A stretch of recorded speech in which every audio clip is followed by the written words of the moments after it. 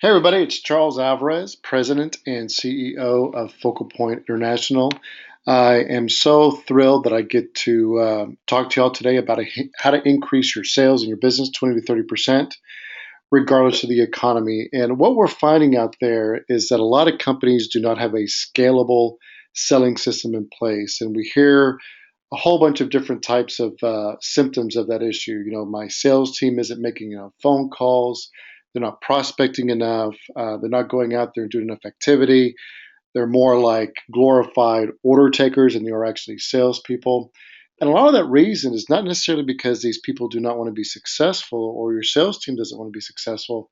It's typically the case that there simply isn't a sales process for them to follow that shows them how to get from point A, which is developing a prospect, to point Z, which is creating a sale and asking for referral in a methodical and simple manner. So, what we're going to talk about today is how to implement a scalable sales process and how to put some accountability systems around it to make sure that your sales team is following it and following it correctly.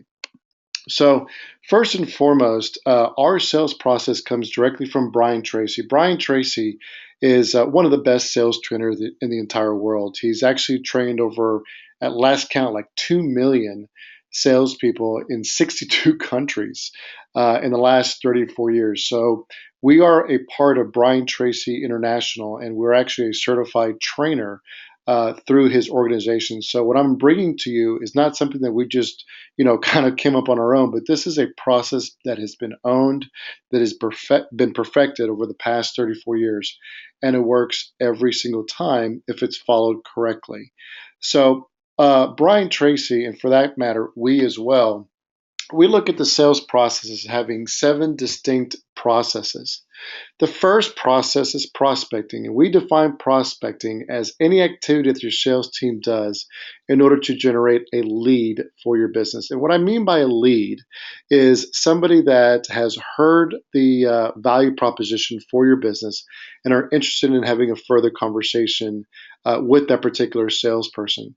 We actually find that most salespeople are simply not making enough prospecting calls. And a lot of that reason is because they don't know how to go about approaching them in a manner that doesn't seem salesy or that doesn't seem cheesy. So we're going to talk about how to do prospecting in a manner that you're serving and benefiting the people that you're speaking with. The second is relationship building. Once somebody is actually interested in actually having a further conversation with you, what are some of the tools and techniques that we find is able to build what we call the know, like, and trust factor with your prospects? Because what we found in sales, more specifically what Brian found in sales, is that nobody's going to do business with you unless they know you, like you, and trust you. So the relationship building part of the process is a methodical way to build the know, like, and trust factor with your prospects. Once your prospect is actually ready to meet with you, we call it the identify needs accurately phase. So that's step number 3. And during this phase, a lot of the times we'll call it the discovery phase. What you're trying to do there is you're finding out where your prospect is now, where they would like to be, over what period of time, and how fast that they would like to get there, and what have they tried in the past. And a lot of salespeople rush through this because they're so excited about talking about what they do and truly putting on a sales pitch that they ignore to ask penetrating questions that are open-ended questions so that they can find out where the prospect is now, where they would like to be, and how potentially your solution can actually help fix that. So we actually believe that this is one of the most critical phases of the sales process, because if you cannot identify the needs accurately, or you cannot identify where your prospect is now, what they're looking to achieve by asking great open-ended questions, the rest of the presentation or the rest of the sales process just falls apart. Step 4 is once you've identified those needs accurately, it's making a persuasive presentation that basically bridges the gap between where your prospect is now and where they would like to be. We like to, when we do our sales training or working with our private clients, we like to think of the sales team as something that we call professional gap analysis experts. In other words, the role of the salesperson is to find out where is a prospect now, what are the challenges they're having, what are some of the things that they've tried in the past in order to alleviate that challenge, and more importantly, where do they want to get to and how fast do they want to get there. And once you have that information, putting together a persuasive presentation actually should be pretty simple because you're just regurgitating to them exactly where they are now, where they want to be, and then you just put in your actual solution on how to get them from point A to point B. Fifth is overcoming objections. Naturally, you're going to have questions that your prospect are going to give you. It could be a pricing concern, it could be a timing concern. And so basically, we're going to cover how do you go about overcoming those objections. And then number six is something that very, very few salespeople actually do. I think Brian Tracy at last research said that only 37% of salespeople actually ask for the order. Imagine doing all that work of prospecting, relationship building, meeting face to face and identifying the needs accurately, making presentations, answering all these questions and never asking for the order. So the sixth step is asking for the order. And seven is something that very, very few companies do, but when done correctly, as we'll go through today, asking for referrals is a great way to put your sales growth much, much higher than 20 to 30%. So few people ask for referrals. As a matter of fact, most salespeople celebrate after number six when the client says yes. In other words, they ask for the order and they get it and they're all happy. We actually define a completion of the sales process when the salesperson either asks for a referral and or asks for a repeat order. So that is the sales process that Brian Tracy has owned and perfected for the past 34 years. We've seen it work exceptionally well for our clients, and it works very well for us as well. So here's kind of the crazy studies that have been done out there that, quite frankly, are very, very difficult to believe. But as we get into the marketplace, we find that these numbers might even be on the a little bit on the high side as far as that first bullet point there, which is, according to Entrepreneur Magazine, less than 29% of businesses out there train their sales force. So in other words, what you allow as a risk into your business by having that happen is that the salespeople are left to their own devices. Now, if that salesperson has been trained, if that salesperson has been effective in generating sales, then maybe that's just fine. But in most cases that we get into, we find that the salesperson has not been trained on actually how to generate a lead and close a sale. And what ends up happening is that you don't earn as many sales as the business can have, which of course stunts your growth. The second bullet point is, according to the Association of Talent Developers, on average, companies spend about $1,200 per year on their sales team. And in order for a company to grow, we say this all the time, we've seen it happen in the real world over and over again, which is that your business will grow in direct proportion to how well you develop your talent. Let me say that again. Your business will grow in direct proportion to how well your business develops its talent. One of the companies, the type of companies that we work with are manufacturing companies. And what we find interesting is that when these companies buy a piece of equipment, they check the warranty, they have it maintained every so often. They shut it down so that they can maintain it and invest in it in order to keep that machinery as efficient as possible. Well, I hate equating people to machinery, and that's not where I'm going. I'm just trying to give an example here. But we find that typically a company's greatest expense, it's almost 60 to 65% of a company's overhead are their people. And the fact that a lot of companies aren't investing in their people really, really drags down the productivity of the team. But here's kind of a differentiating factor. Large employers, and we define large employers as Fortune 500 companies, on average spend $10,000 per year per employee in really increasing the productivity of their talent.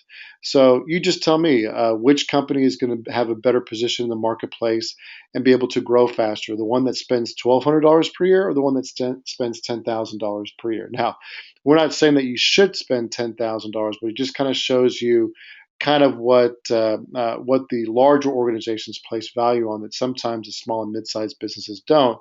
And the fact of the matter is that those who invest in their people typically grow faster and have more productivity and engagement from their team. A Harvard University study actually found a couple of compelling things that once a company does invest in implementing a scalable sales process, the numbers are just absolutely fantastic. According to the Harvard Business Review, companies that had a standard sales process grew their sales 18% higher than those who didn't. In other words, if the sales team had a recipe to follow, that had metrics around it to make sure it was being followed correctly, their sales grew 18% higher. The second bullet point, or the second thing that they found, was that companies that trained the sales team on how to build and maintain a sales pipeline, in other words, follow up with the prospects that you have identified, added an additional 9%. So if you take the 18% that had a standard process plus the 9% that build and maintain a sales pipeline, add that up and you get a 27% higher growth rate. What would happen to you and your business if you added 27% higher growth rate than you are now? So just kind of think about that for a while. All right, so here are the things that we're going to cover today. The first outcome that you can expect is to be able to have the framework of a scalable sales process for your organization, exactly what the Harvard Business Review just talked about. The second is I want the ideas that we come up with today to be easily implemented into your business. So in other words, if it's hard, if it's complex, if it's difficult to do, the simple fact of the matter is that people typically just don't do it, because the harder it is to implement it, the more difficult it is to implement it. And then the third thing we're going to cover is how do we measure the progress of your sales team so that we can not only measure how well they're using the process, but also make course corrections along the way.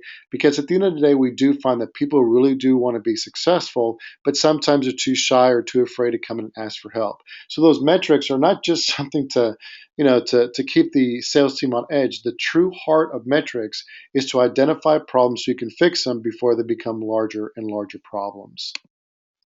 All right, so obviously we can't cover each and every step of the sales process simply because, in the time that we have in this webinar, there simply wouldn't be enough time.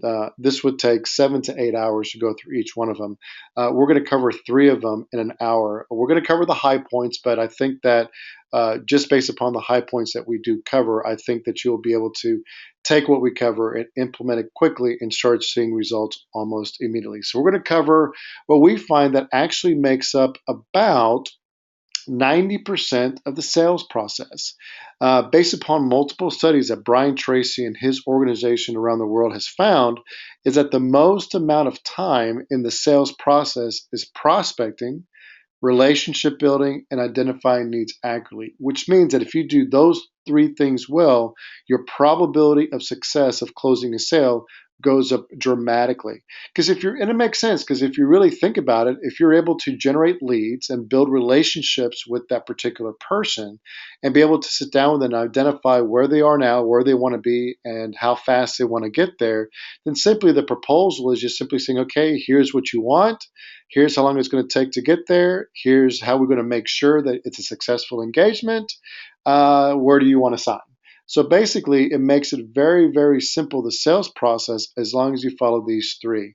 But we want to cover these 3 because this is oftentimes where salespeople struggle. Most salespeople are really good once you get to making a presentation and answering questions.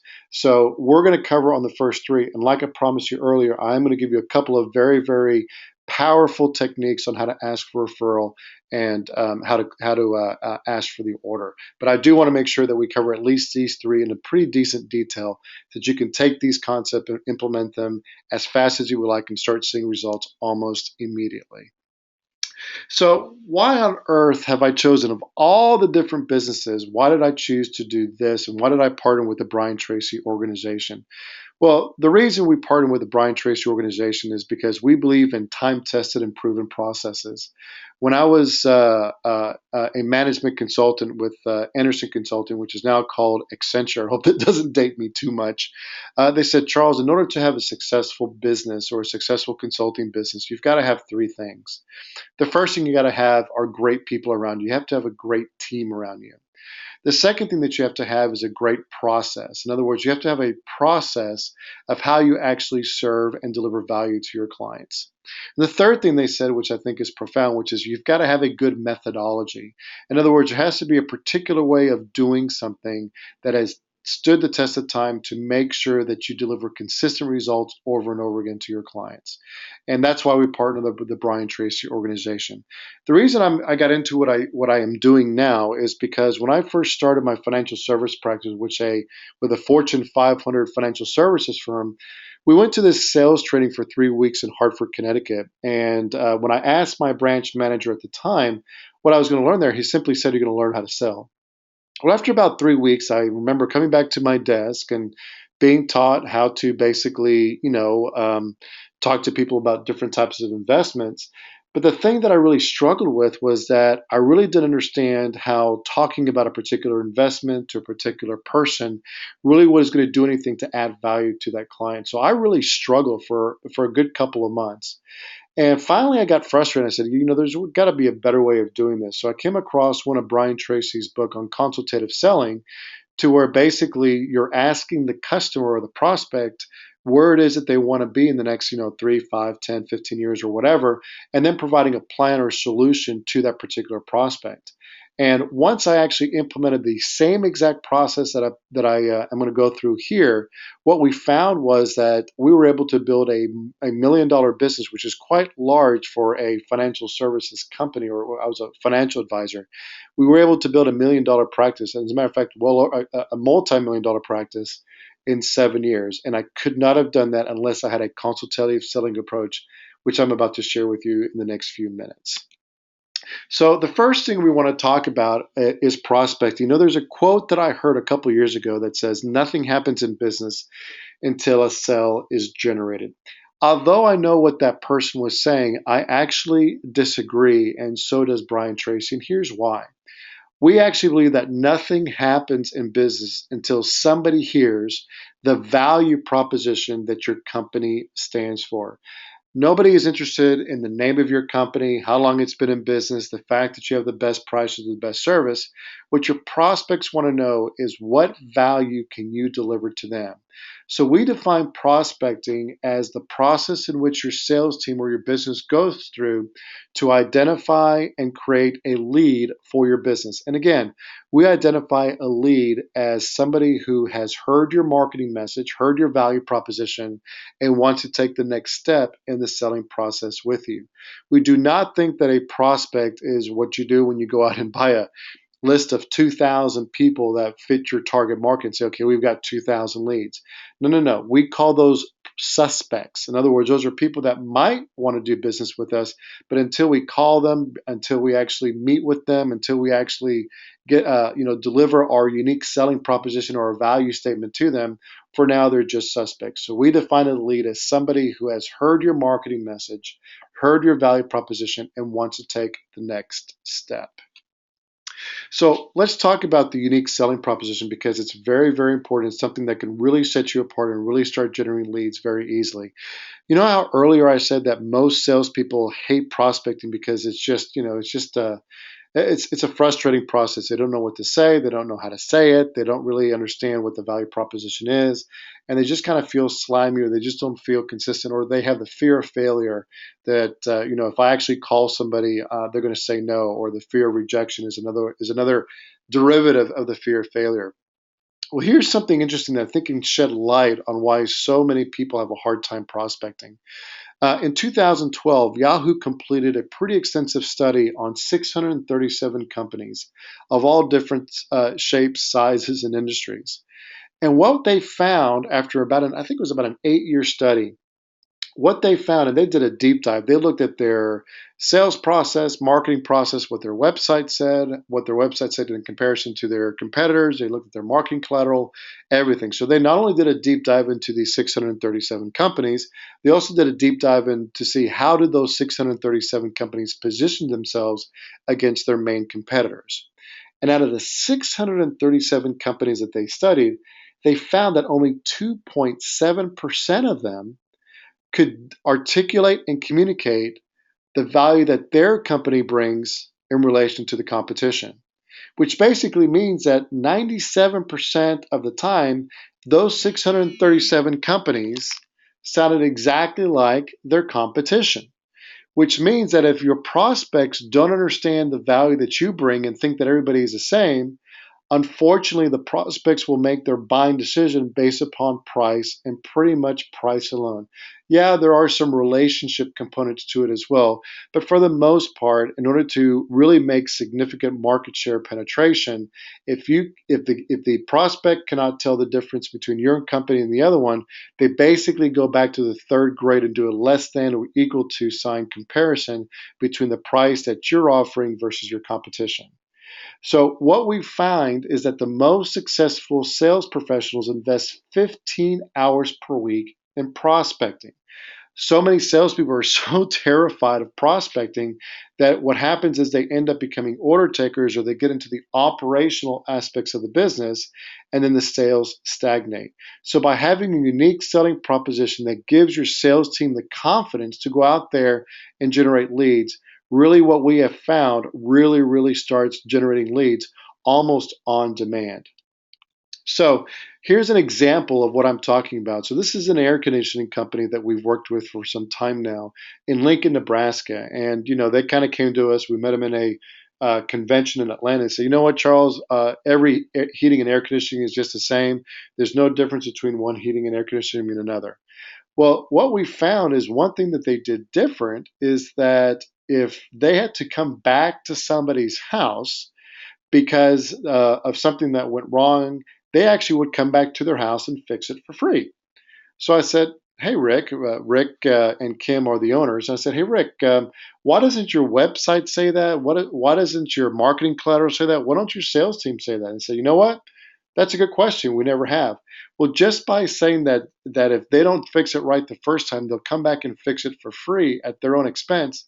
Their sales went up 42% in 9 months. So what we're saying here is that you don't have to dig 10,000 feet underneath the earth to find out what you do different than your competition. Oftentimes, it's just basically saying what your competition isn't because of the simple matter that sometimes we underestimate the value that we bring, and so we don't think that there's any value in actually saying it. Which reminds me of an example of Domino's Pizza. Back in, I think it was the late 70s, Domino's Pizza and Pizza Hut were pretty much neck and neck each and every year on sales. So basically, what happened is they were getting into these huge pricing wars because let's face it, a pizza is a pizza, right? So Domino's made a strategic decision to hire a marketing consultant to come into their company and really help them develop a unique selling proposition. And one thing that they found was that one of the things that Domino's promised was that they would deliver their pizza to the customer in 30 minutes or less, hot and fresh out of the oven, or it was free. And so, as the consultants were going through the discovery phase, they said, "Well, why don't you just say that?" And they said, "Well, Pizza Hut does the same thing." And very wisely, the marketing consultant said, "Well, I know that they do it, but nobody's saying it. So why don't we say it?" Just by making that one change, Domino's Pizza went from 50 million in sales to 180 million in sales, while Pizza Hut dragged along. That is the value of a unique selling proposition. So, how do you go about building your unique selling proposition? Well, the first step is you have to define your target market. In other words, who is it that you want to do business with? And what I want you to do is define your target market using numbers and data. In other words, don't say, well, anybody who needs an air conditioning system or anybody who needs a new website. The problem is that we can't go out there and find a database that says, hey, go get me out there everybody who's looking for a website. Instead, say, who are your best customers and what are the demographics they have?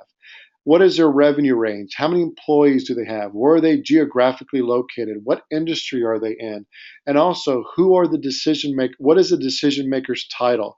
Is it the CEO, the president, the VP of sales and marketing, the VP of operations? And also, who are the influencers? Are they project managers, operations managers, sales managers? Really define exactly who your target market is because here's the thing. If you don't understand who your target market is, how are you going to be able to speak to them? So you can't create a unique selling proposition unless you know exactly the audience that you are speaking to.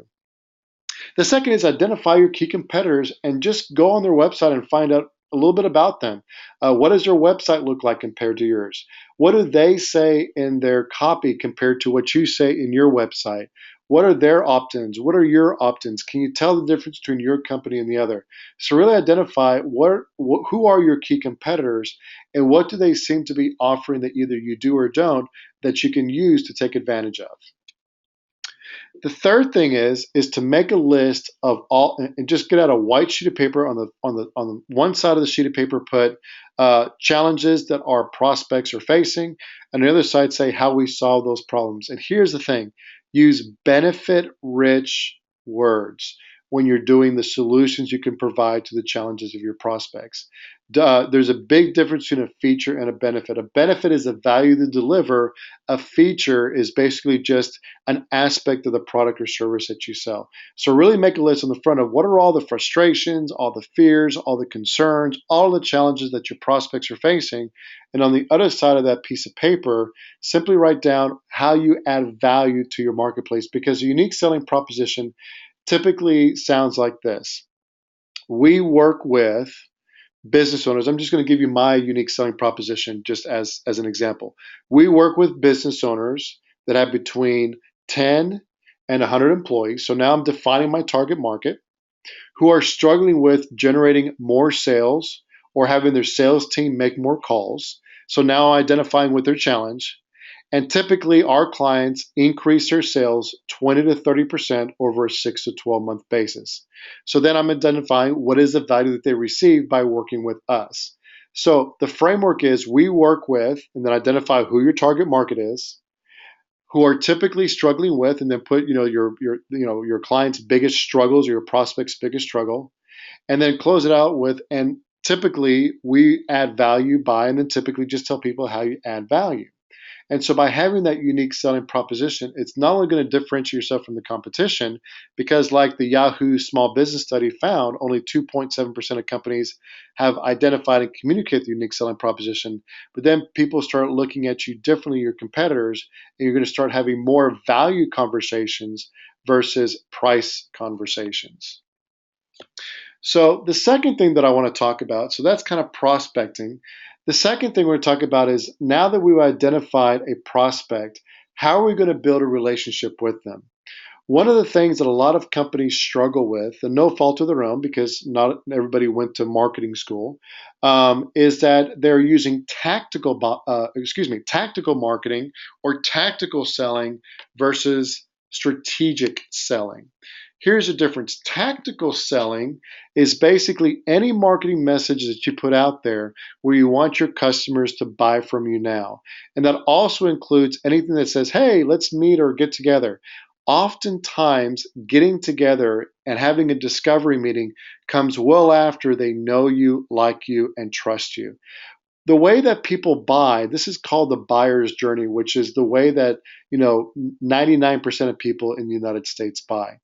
And the first question that you have to answer them is, why should I buy? In other words, if I did business with you, why should I buy? And a really, really simple way to do that is just a 500 to 700 page, or excuse me, page, 500 to 700 words report on the biggest challenges your prospects are facing and how to overcome them. As a matter of fact, we had great success from a report that we came out with here recently that said the three biggest lead generation mistakes business owners make and how to overcome them all to generate leads on demand. So in other words, we're basically showing them the benefits of ownership. Why should they buy? The second thing is, why shouldn't they buy? One of the reasons that nobody would buy from us is if they're about to sell their company. As a matter of fact, we saw this. We work with this web development company. They're very, very good at digital marketing and social media and SEO. And they came out with this absolutely fantastic report that basically said the 10 industries that should never invest in Google AdWords to generate leads. And they got a ton of leads from doing that, because the reason why they got that is because it generated curiosity first and foremost. But the second thing it did is that it opened up to the company that this was a credible source, because so many people out there, so many businesses do a good job of telling them why they should do business with them, but very few actually tell them why they should not. So these leads that they generated as a consequence of this report really really went a long way to generating a lot of business for this firm, because these leads wanted to do business with somebody who is honest enough to say why they shouldn't buy. So once you've answered the question in your prospect's mind as to why they should buy from you, why they shouldn't buy from you, they now turn into what's called now buyers. This is when they're ready to meet with you, they're ready to buy, they're ready to purchase, and we call that the vendor selection phase. At that point, they know they're going to buy. The question is, who is it are they going to buy from? So the key in this whole process as you bring them along is information. So this could be free reports, it could be audio CDs, it could be a report card on what your company does in relation to your competitors. In other words, it's providing useful information to your prospects to guide them and lead them along in this buyer's journey. So most businesses, they actually use what's called tactical selling. They're trying to jump the prospect instantly from point A to point Z. The problem is that now buyers only make up 1 to 5% of the buyers out there. One of the things that we get asked a lot is, Charles, does telemarketing work? And our answer to that question is, it depends. If you're using telemarketing to try to convince people to buy from you or meet with you now, you're right, it doesn't work. It only works about 2% of the time, which isn't that a coincidence? Telemarketing's effectiveness is 2%, and the now buyers make up 1 to 5%. The reason why most telemarketing doesn't work is not because there's something wrong with the tactic of telemarketing, it's the message that they're delivering to them. We find that when a sales team basically calls prospects and offers them information, like the example I gave you earlier, the 3 biggest mistakes business owners make in lead generation and how to overcome them all to generate leads on demand, we're finding much, much higher success rates, anywhere between 18 to 56% of lead generation when you use a strategic method versus a tactical. So just think about that. Just by marketing information or marketing some useful insights about the value that your company can deliver, and you call 1,000 people, you've just increased your odds from 2% to 18 to 56%. So, like I said earlier, tactical selling is deficient because it tries to jump the prospect instantly from point A to point Z. And this only works for emergency situations or impulse purchases, which do happen, but they happen very few and very far between.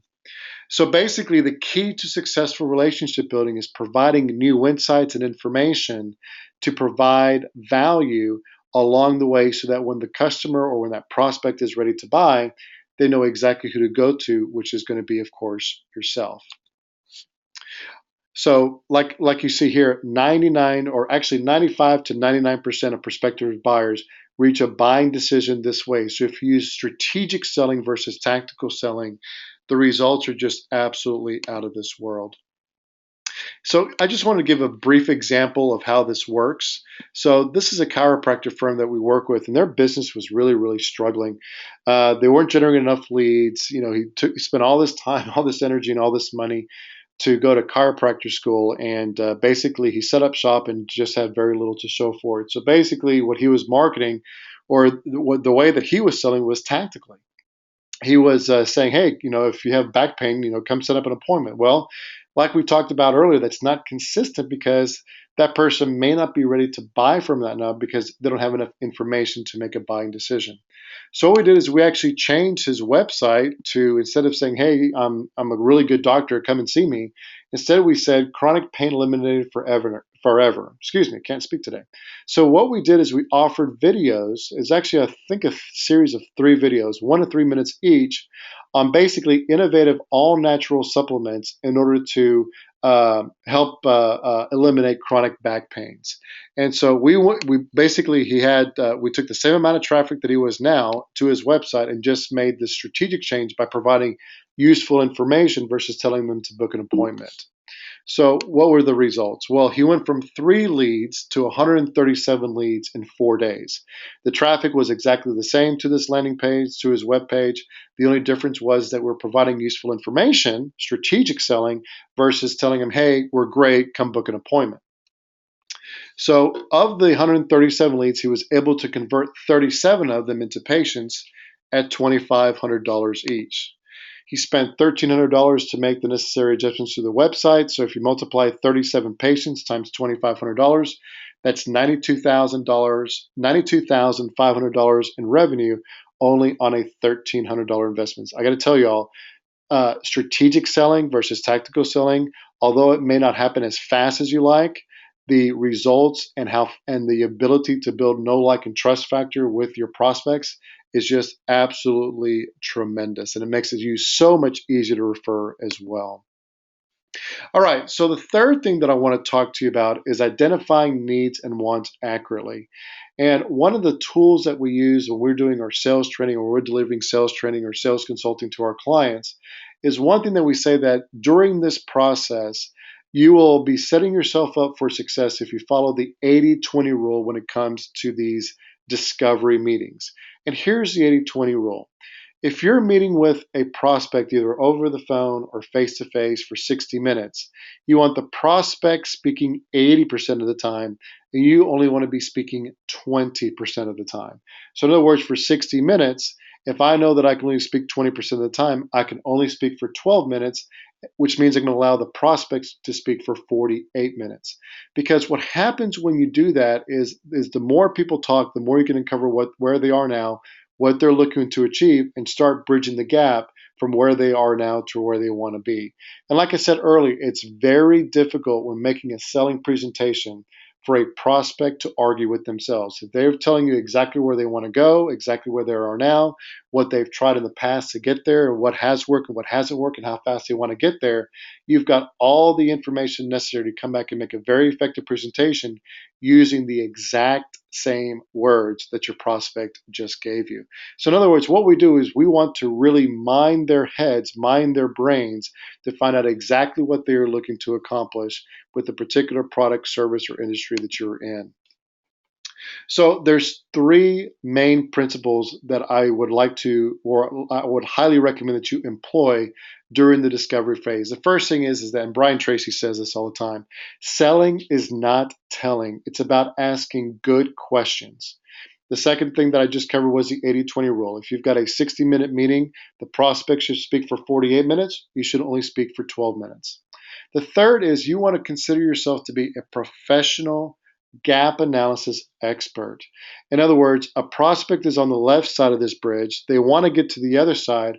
Our job is to find out what are the challenges they're currently experiencing, what have they tried in the past to fix it, what are they trying to achieve in the future, how fast they would like to get there. And then our job as professional salespeople is truly to help them come up with a solution to bridge the gap from where they are now to where they want to be.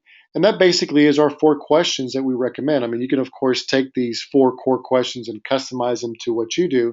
But basically, it's this: tell us about where you are now. What would you like to achieve in the future? How fast would you like to get there? And what have you tried to do that in the past that either has worked or hasn't worked? Because here's the thing: you can't learn anything about a prospect by speaking. The only way that you can learn is by listening. For example, when I'm doing this webinar, I'm not learning anything. I'm just providing information that I already know. But by listening, you're hopefully should be getting some valuable information on how to increase your sales. So those are the big three things. Number one, do not tell. This is not the time to tell. This is time to ask open-ended, penetrating questions. Number two, the 80-20 rule. Make the prospect speak. And third, consider yourself to be a professional gap analysis where you are building a bridge between where the prospect is now and where they would ultimately like to get to. So Marion was a marketing firm. As a matter of fact, they got sold here a few months ago. And when I first met them, their net profit was negative $28,000. And by implementing this sales process, they went from negative $28,000 in profits to $121,000 in profits in just 6 months. So the stuff really works, ladies and gentlemen. I highly recommend you use it. One bonus thing that I wanted to throw in here, which so few companies do, but it's just so powerful. And this is not necessarily a strategy for prospects. As a matter of fact, I recommend that you do not do this for prospects. I would only do this for your current customers. One of the things we find that most businesses don't do is have a cross-sell, upsell, or downsell strategy for their prospects or for their for their existing customers. As I said, this is for existing customers.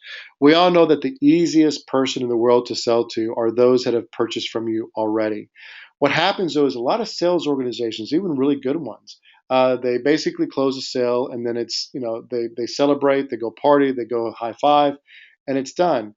And what we find is that there are additional services, additional products, or additional services and products that that customer could benefit from if they just knew about it. So one easy thing to do is just go to your prospects and make a list of all the different products and services that you sell, and then just put a check mark next to all the ones that each customer has already used, and then put an O, which stands for opportunity, next to the products and services that they are not taking advantage of, that they could take advantage of because it could benefit them. Industry average, we have found, see this happen time and time again, and based upon a lot of research that the Brian Tracy organization has done, by having an upsell, downsell, and cross-sell strategy, they have seen just by doing that alone a 34% increase over a 12-month basis in their sales. Very easy calls to make. You just got to do a little analysis on who your clients are. Sorry, I keep saying prospects. On who your clients are, all the different products and services that you can offer them, and then just put a check mark next to the one that they're already taking advantage of, and an O for opportunity for those that they are not taking advantage of, that they should be taking advantage of.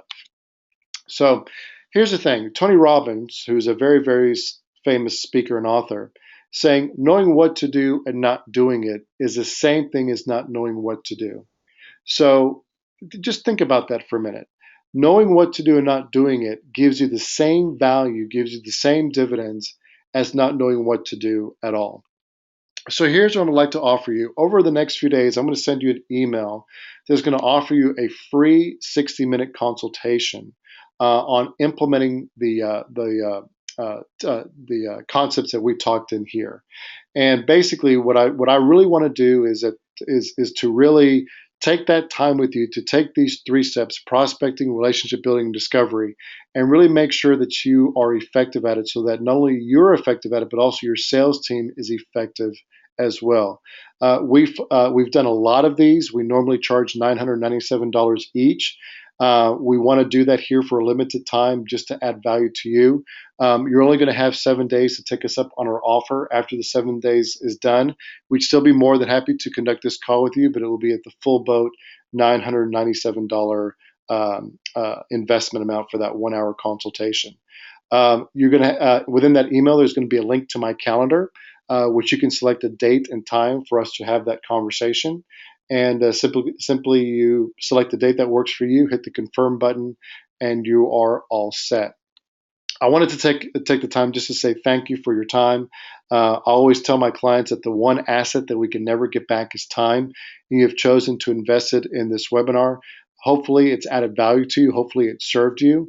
And really take advantage of that 60-minute call, because it has made a significant difference in the people that we have worked with just by having that one call. That is, whether it's creating your unique selling proposition, or what are the 4 questions I should ask in my discovery, or what type of tools should I have, or what type of template should I have for building that relationship and doing that strategic selling versus tactical selling. Everything goes in that call. So please sign up for it, because the value that you're going to have as a result of that is tremendous. Anyway, once again, thank you for attending, and I look forward to speaking with you soon. Bye-bye.